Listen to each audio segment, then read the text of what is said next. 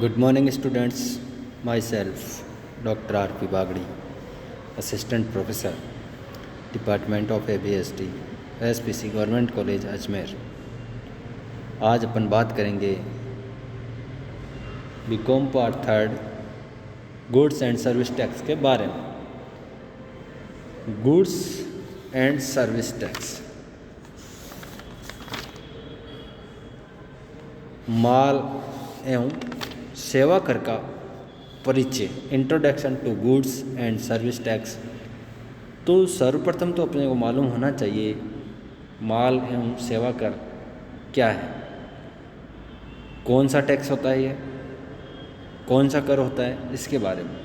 तो माल एवं सेवा कर एक अप्रत्यक्ष कर होता है। ये छोटा सा क्वेश्चन कई बार आपको पूछ लेते हैं कि अप्रत्यक्ष कर का उदाहरण दीजिए, तो अपने को बताना है माल एवं सेवा कर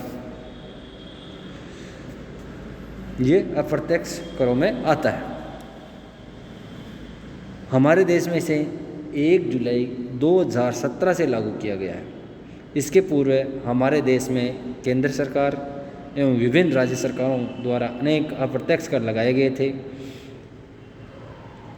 भारत एक प्रजातांत्रिक गणतंत्र डेमोक्रेटिक रिपब्लिक देश है तथा हमारे देश में कानून की सर्वोच्च शक्ति संविधान में निहित है। हमारे संविधान में इस बात का उल्लेख है कि कानूनी अधिकार के बिना किसी भी कर का संग्रह नहीं किया जा सकता। अतः माल एवं सेवा कर का परिचय संबंधित प्रावधान जानने के पहले हमें अप्रत्यक्ष करों की पृष्ठभूमि को जानना भी उचित रहेगा। इसलिए अप्रत्यक्ष करों की पृष्ठभूमि, बैकग्राउंड ऑफ इनडायरेक्ट टैक्स। तो सबसे पहले मीनिंग ऑफ टैक्स। टैक्स किसे कहते हैं? कर सरकार द्वारा लगाया गया आर्थिक प्रभार है। कर जो होता है वो सरकार द्वारा लगाया गया आर्थिक प्रभार है, जिसका भुगतान जनता द्वारा सरकार को किया जाता है। सरकार इस धन का प्रयोग जनता को सुविधाएं प्रदान करने के लिए करती है। कर सामान्यतः व्यक्ति या संपत्ति पर लगाया जाता है। कर 2 प्रकार के होते हैं। पहला होता है डायरेक्ट टैक्स, दूसरा होता है इनडायरेक्ट टैक्स, प्रत्यक्ष कर और अप्रत्यक्ष कर। प्रत्यक्ष कर डायरेक्ट टैक्स यदि कर का वास्तविक भार उसी व्यक्ति को वहन करना पड़े जिस पर यह कर लगाया गया हो, तो ऐसे कर को प्रत्यक्ष कर कहते हैं। डायरेक्ट टैक्स किसे कहेंगे? कर का जो भार है, वास्तविक भार है, वो उसी व्यक्ति को वहन करना पड़े जो इसका भुगतान करेगा। तो ऐसे कर को प्रत्यक्ष कर कहते हैं। जैसे आयकर। आयकर किसी व्यक्ति की आय पर लगाया जाता है। पूर्व में कई अन्य अप्रत्यक्ष कर प्रभाव में रहे, जैसे धन कर, उपहार कर, संपदा शुल्क आदि। वर्तमान में प्रमुख प्रत्यक्ष कर आयकर ही, डायरेक्ट टैक्स इनकम टैक्स ही है। दूसरा है अप्रत्यक्ष कर इनडायरेक्ट। यदि कर का वास्तविक भार उसी व्यक्ति को वहन नहीं करना पड़े जिस पर कर लगाया गया है, बल्कि इसे अन्य व्यक्ति पर हस्तांतरित कर दिया जाए तथा अंतिम उपभोक्ता को इसका भार वहन करना पड़े, तो इसे अप्रत्यक्ष कर कहते हैं। यह हर माल अथवा सेवाओं पर लगाया जाता है। वर्तमान में ऐसे करों में माल एवं सेवा कर, जीएसटी एवं सीमा शुल्क प्रमुख है। 1 जुलाई 2017 से पूर्व कई अप्रत्यक्ष कर प्रभाव में थे, जिनमें CST, state VAT, excise duty, service tax आदि प्रमुख अप्रत्यक्ष कर थे, जो कि 1 जुलाई 2017 से पूर्व कार्यरत थे।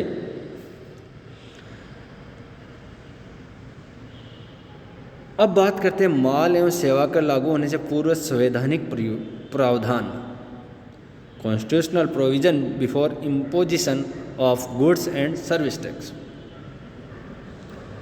भारतीय संविधान के अनुच्छेद 265 के अनुसार केंद्रीय अथवा राज्य सरकारों द्वारा बिना कानूनी अधिकार के किसी भी प्रकार का कोई भी कर नहीं लगाया जा सकता अथवा नहीं वसूला जा सकता। कानून बनाने एवं कर या शुल्क लगाने का अधिकार संविधान के अनुच्छेद 245 द्वारा दिया गया है। चूँकि कर लगाने और संग्रह करने का अधिकार संविधान द्वारा दिया गया है, अतः कोई भी केंद्रीय सरकार अथवा राज्य सरकार मनमाने ढंग से कर नहीं लगा सकती। इस संबंध में केंद्रीय सरकार संसद संपूर्ण भारत अथवा इसके किसी भी भाग के लिए कर संबंधी कानून बना सकती है, सेंट्रल गवर्नमेंट। इसी प्रकार कोई भी राज्य सरकार अपने संपूर्ण राज्य अथवा राज्य के किसी भाग के लिए कर लगाने के संबंधी प्रावधान बना सकती है, परंतु ऐसा कोई भी कानूनी संवैधानिक प्रावधान के अनुरूप ही होना चाहिए, संविधान के अनुरूप होना चाहिए। केंद्रीय सरकार एवं राज्य सरकारों को विभिन्न कर लगाने का अधिकार संविधान की 7वीं अनुसूची में निम्न 3 सूचियों के अंतर्गत प्रदान किया गया। प्रथम सूची जिसे यूनियन लिस्ट या संघ सूची कहते हैं, द्वितीय सूची राज्य सूची स्टेट लिस्ट, तृतीय सूची समवर्ती सूची कंकरंट लिस्ट। अब बात करते हैं केंद्र सरकार द्वारा लगाए जाने वाले कर, tax levied by the central government. केंद्र सरकार ने संघ सूची में उल्लेखित विभिन्न करों में प्रत्यक्ष और अप्रत्यक्ष कर लगाए हैं। प्रत्यक्ष कर कृषि आय को छोड़कर अन्य आय पर कर, निगम कर और संपत्तियों के पूंजीगत मूल्य पर धन कर। दूसरा है अप्रत्यक्ष कर, सीमा शुल्क, निर्यात शुल्क सहित भारत में निर्मित अथवा उत्पादित तंबाकू तथा अन्य वस्तुओं का उत्पाद शुल्क।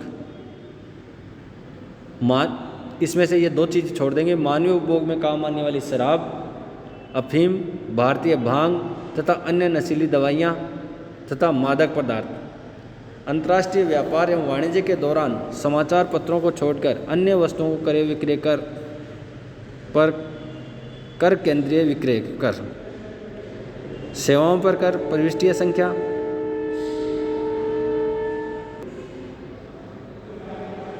उपयुक्त प्रमुख कर अथवा शुल्क की मदों के अलावा भी प्रथम सूची में एक मद है जिसे केंद्रीय सरकार राजस्व प्राप्त कर सकती है।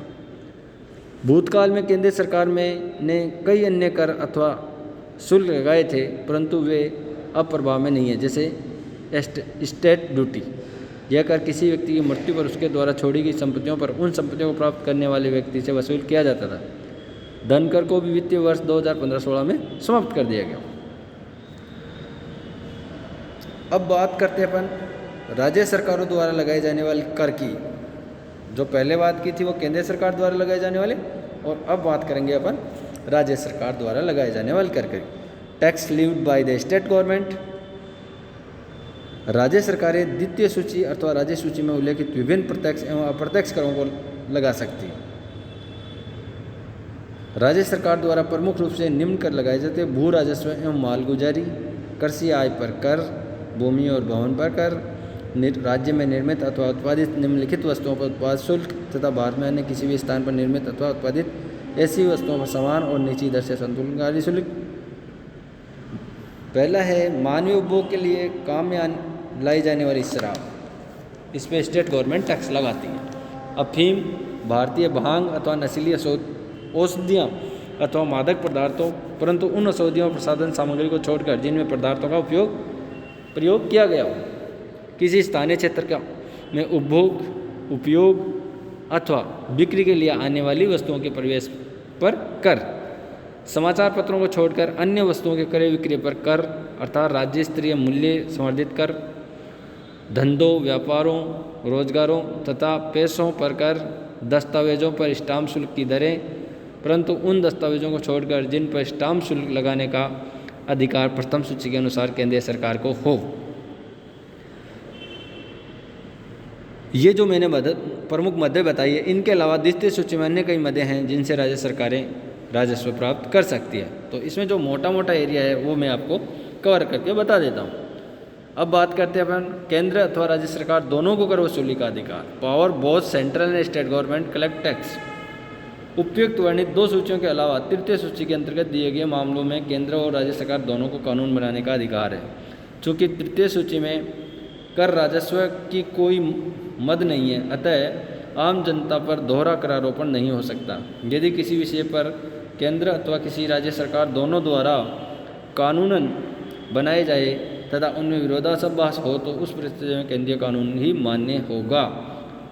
इसके अलावा केंद्रीय सरकार को प्रथम सूची की प्रविष्टि संख्या 97 के अनुसार करारोपण का अवशिष्ट अधिकार भी है। इस अधिकार के तहत केंद्रीय सरकार को ऐसे किसी भी मामले में कर लगाने का अधिकार है जिसका उल्लेख सूची 2 एवं सूची 3 में नहीं हो।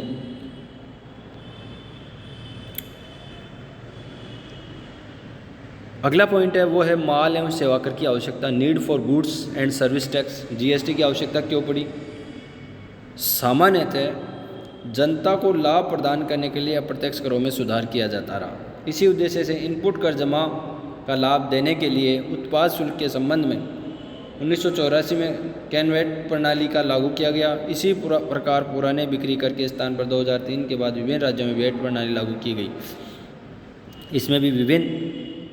इसमें भी इनपुट कर जमा का प्रावधान किया गया था। इसके बावजूद भी भारत में माल एवं सेवा कर जीएसटी की आवश्यकता महसूस की गई। इसका प्रमुख कारण पुराने अप्रत्यक्ष कर ढांचे में अनेक कमियां होना था। पुराने अप्रत्यक्ष कर ढांचे में प्रमुख कमियां थी वो मौजूदा अप्रत्यक्ष कर ढांचे में जो कमियां थी पहले वाले में वो मैं आपको बता देता हूँ कि पहला जो था वो है कर पर कर लगाना, tax on tax. Tax on tax इसमें क्या होता था, अंतिम उपभोक्ता तक वस्तु पहुंचने के पूर्व जितने भी कर लगाए जाते थे उनको वस्तु की लागत में सम्मिलित कर लिया जाता था। उदाहरण के लिए पश्चिम बंगाल में कोई माल बनाने के बाद राजस्थान में लाया जाता है तो इस माल को सर्वप्रथम उत्पाद शुल्क वसूल की गई, इसके बाद केंद्रीय सीएसटी वसूल किया गया, इसके बाद माल के परिवहन पर सेवा कर लगाया गया। ये सभी कर राजस्थान के व्यापारी की माल की लागत में सम्मिलित कर लिए जाएंगे तथा जब राजस्थान का व्यापारी उस माल को बेचेगा तथा वेट वसूल करेगा तो विभिन्न करों सहित उसकी लागत है उस पर वेट वसूल करेगा। इस प्रकार उत्पाद के मूल्य में वृद्धि हो जाती है तथा उसका भार अंतिम उपभोक्ता को पर पड़ता है। ठीक है, एक तो ये कमी थी। दूसरे, अनेक करों के कारण कुल कर भार उपभोक्ता पर अधिक होना। ये मैंने बता दिया आपको, माल को निर्मित होने से लेकर अंतिम उपभोक्ता तक पहुँचाने के दौरान अनेक करों को लगाए जाने के कारण वस्तु अंतिम उपभोक्ता तक पहुँचते पहुँचते काफ़ी महंगी हो जाती है। उसी माल पर उत्पाद शुल्क, केंद्रीय विक्रय कर, सेवा कर, राज्य वेट मिलाकर करों की दर राशि दोनों काफ़ी अधिक हो जाती है और उपभोक्ता को वस्तु महंगी मिलती है। तीसरी है विभिन्न राज्य सरकारों के राजस्व हितों में टकराव। हमारे देश में कुछ राज्यों में या तो वस्तुओं का उत्पादन अथवा निर्माण अधिक होता है अथवा खनिज पदार्थों की उपलब्धता अधिक है। दूसरी तरफ अनेक ऐसे राज्य हैं जिनमें वस्तुओं का उत्पादन और निर्माण कम होता है। ये उपभोक्ता राज्य कहलाते हैं। उत्पादक राज्य से माल दूसरे राज्य में जाता है तो वह केंद्रीय विक्रय कर लगता है जिसकी दर वह अधिक रखने का प्रयास करता है जिससे उसका राजस्व अधिक प्राप्त हो। दूसरी तरफ उपभोक्ता राज्य की सरकार माल विक्रय पर वेट की दर अधिक रखेगी जिससे उस राज्य की सरकार को अधिक राजस्व प्राप्त होगा। दोनों करों का भार उपभोक्ता पर पड़ेगा, उससे महंगी वस्तु प्राप्त होगी। इनपुट कर जमा प्रदान करने में असामंजस्य का अभाव, lake of coordination in providing input tax credit. कुछ करों के संबंध में तो इनपुट कर जमा का प्रावधान ही नहीं है तथा कुछ करों में इनपुट कर जमा का प्रावधान यद्यपि है परंतु ऐसी कर जमा केवल उसी कर के संबंध में है, कर के संबंध में है, दूसरे कर के संबंध में नहीं है।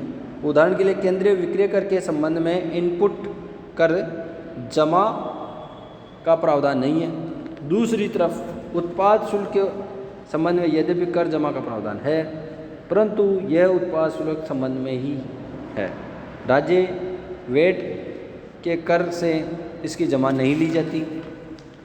इस प्रकार वेट कर, इनपुट कर जमा उत्पाद शुल्क के कर से नहीं लिया जा सकता, इससे उपभोक्ता को राहत नहीं मिलती। तीसरा है, पांचवा पॉइंट है प्रशासनिक व्ययों की अधिक होना, administrative expenses to be high. विभिन्न करों को प्रशासन के लिए अलग व्यवस्था होने के कारण सरकार को प्रशासनिक व्यय में कमी नहीं आती। उदाहरण के लिए उत्पाद शुल्क, सीमा शुल्क का प्रशासन एक अलग बोर्ड, उत्पाद शुल्क और सीमा शुल्क का केंद्रीय बोर्ड द्वारा किया जाता है, परंतु बिक्री कर वैट का प्रशासन प्रत्येक राज्य सरकार द्वारा अपने द्वारा किया जाता है। अगला है वो है कर चोरी और काले धन में कोई कमी नहीं। No reduction in tax evasion and blackmail. कर चोरी और काले धन के निर्माण की समस्या हमारे देश में काफ़ी पुरानी है। समय समय पर सरकार द्वारा इन समस्याओं को दूर करने के लिए प्रयास किए गए, परंतु इस दिशा में कोई ठोस अनुकूल परिणाम प्राप्त नहीं हुए। सरकार चलाने वाले राजनेता, कर विभाग के कर्मचारी एवं अधिकारी, व्यापारी और उपभोक्ता कोई भी इसके प्रति गंभीर नहीं है। ग्राहक को अक्सर यह कहते सुना है, कुछ कीमतें कम कर दो, हमें बिल नहीं चाहिए। इसी प्रकार विभाग के कर्मचारी को ये कहते सुना, सारा काम ठीक से करो, हम कहाँ जाएंगे, हम तो हमारा हिस्सा चाहिए। इस प्रकार राजनेताओं को अपने चुनाव खर्चे के लिए वसूली चाहिए तो उन्हें भी व्यापारियों को डील देनी पड़ती है। व्यापारी अपने लाभ में वृद्धि कर लेता है। चूँकि कर प्रणाली में पारदर्शिता नहीं है तो चंद अपवादों को छोड़कर अधिकांश लोगों को कर चोरी, काले धन में भागीदार बन जाता है। इसी प्रकार से आज के लिए इतना ही। Thank you. कल अपन इसका meaning and silent feature of goods service tax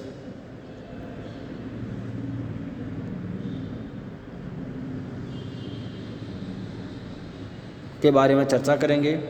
आज के लिए इतना ही। Thank you.